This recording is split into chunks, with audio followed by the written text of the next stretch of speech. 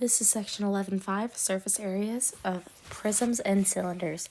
The first part here just talks about a little bit what a what a right prism is. You notice how we can only find areas and surface areas of right prisms and cylinders. Those are the only ones we have specific formulas for. We can't really use the formulas for oblique as they are not perpendicular and they provide different formulas. And in that case, if we do have an oblique prism, then we would have to just find the area of each separate part and add them together. So, like I said, these are lateral faces. Those are the faces formed by connecting the corresponding vertices of the bases of the prism. So it's just those side pieces that connects the bottom to the top or front to back, however our prism lays. Lateral edges are those edges. And then I have something over here called the slant height. And this slant height is something that's special, and we're going to see this mostly with our pyramids and cones. But essentially, the height is always going to be perpendicular, where the slant height is going to have this lovely edge to it. We'll see it mostly with our, like I said, pyramids and cones, and we'll actually talk about that in the next section. Okay, going down here, this is our formula for right prisms.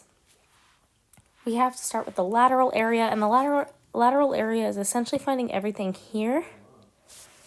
What we do is the perimeter of the base times the height of the figure, and then to find the surface area, I'm going to multiply 2 times the base plus that lateral area.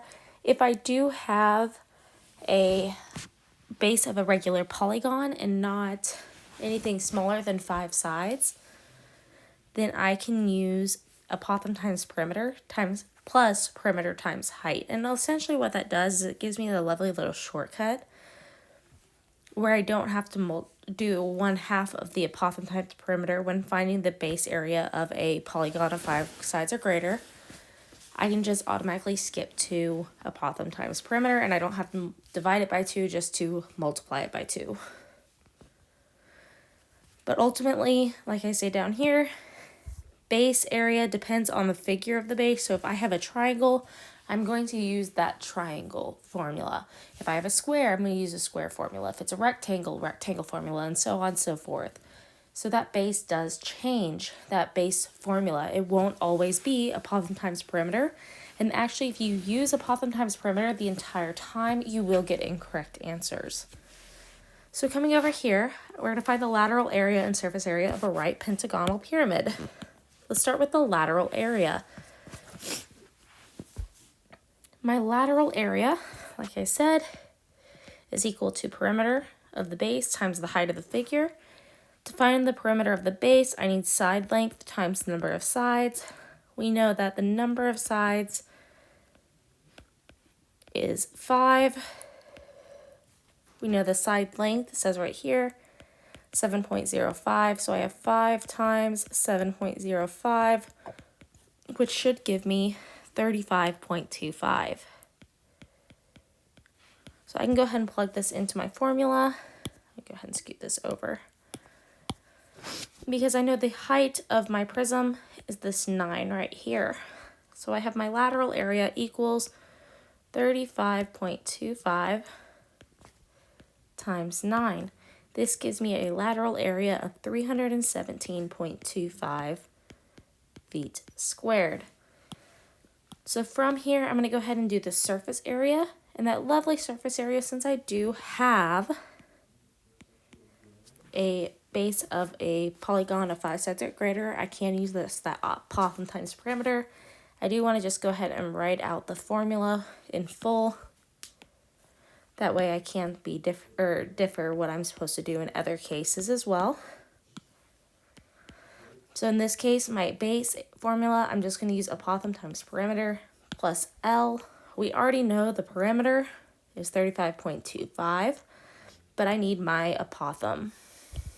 And to find that, I'm going to take this lovely triangle, and I'm going to bring it and redraw it down here.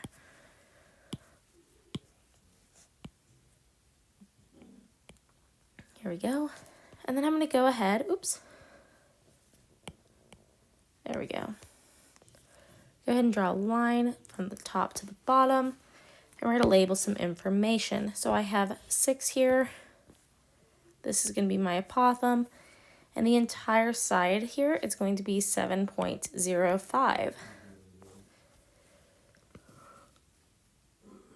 So I have 2 ways I can possibly solve for my apothem. One way is I can use Pythagorean theorem. The other way is I can actually use the trig function like we have before. But I'm going to go ahead and use Pythagorean theorem just to show you how to do this one. If you want to know the trig function, I will have that available to discuss in class. So let's see. I have 3.525 as my half there because I know the entire thing is 7.05. So what I'm going to do is do 3.525, and I'm going to square that, add a squared to that, and that's going to equal 6 squared. This gives me a really ugly number, so I'm just going to leave it as this for now.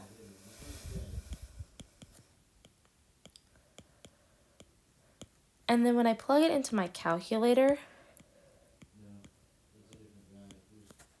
and just type it in, and I put this in parentheses to remind my calculator that this is the one I want to do first, it'll help me out a lot. So I end up getting a squared to equal 23.574375. From here, I can do the square root of that and get a to equal, and we're just going to leave that under the radical until the very end.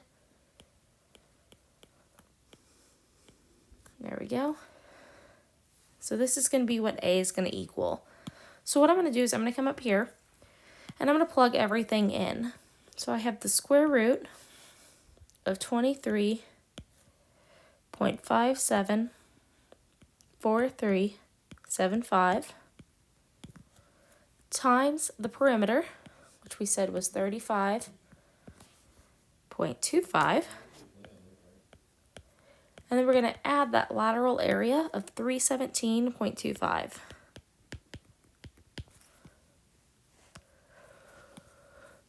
Okay, and then just to make it easier on yourself, plug it in completely like this, round to the nearest tenth in this case, nearest hundredth in this case. Just to make it more accurate, we should get the surface area to equal about 488.40 feet squared. Now, if you do the trig version, I believe you get 488.36. However, that is this very similar. Either version does work. Notice how it's a little bit off depending on how you use it, which is normal. So just keep that in mind when solving. Okay. So the next part here is we're going to do our cylinders now. So our right cylinders, it's essentially if I were to take an invisible string that goes down from the top of a soda can to the bottom right in the center, I'd be able to connect that string so it's perfectly aligned. Now if I have an oblique prism, that means essentially that I have almost like a slinky that kind of leans off to the side a little bit, how you can kind of stretch that slinky and make it kind of diagonal on the side, and that would be my oblique cylinder. So the formula is actually very much the same as the formula for your prisms. Ooh, excuse me. But it's very much the same. The only difference is we know that the perimeter of a circle is the same thing as saying the circumference of that circle. So I can just use that circumference formula when I'm doing my lovely lateral area. And when I do my surface area, 2 times my base, since my cylinders have circle bases on both sides, I'm going to say 2 times pi r squared. Putting that parenthesis around it will help you remember that I'm multiplying it by the area of the circle. So my last example here, and we're going to find the area of and surface area of the right cylinder. Starting with the lateral area, I have 2 pi RH. We know the radius is 4, the height is 8, so I do 2 pi times 4 times 8. This gives me 8 pi times 8, which gives me a lateral area of 64 pi, and we're going to say meters squared, and that's my first answer. Second answer is my surface area. The surface area is 2 pi r squared, and we're going to add our lateral area. So I have 2 pi times 4 squared, and we're going to add 64 pi.